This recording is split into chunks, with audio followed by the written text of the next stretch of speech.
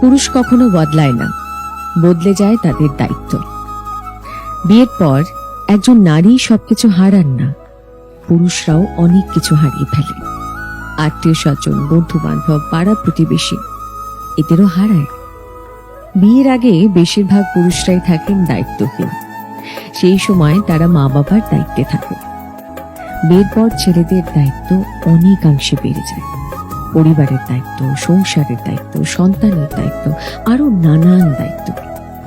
সেই সমস্ত দায়িত্ব পালন করে পুরনো বন্ধু বান্ধব কিংবা আত্মীয় স্বজন অথবা পাড়া প্রতিবেশীদের আগের মতন সময় দিতে পারেন না।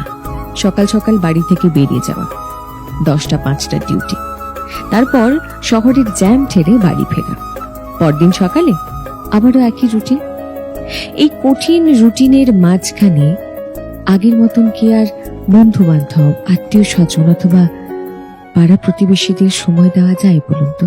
পুরুষ তো কোনো যন্ত্র নয়, তারাও তো মানুষ। ভেবে দেখবেন, একজন পুরুষের বিয়ের আগের জীবনের দায়িত্ব আর বিয়ের পরের জীবনের দায়িত্বগুলো কি এক হয় সব সময়?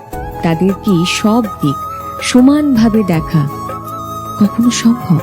আফটার অল, পুরুষ তো কোনো যন্ত্র নয়, তারাও তো মানুষ।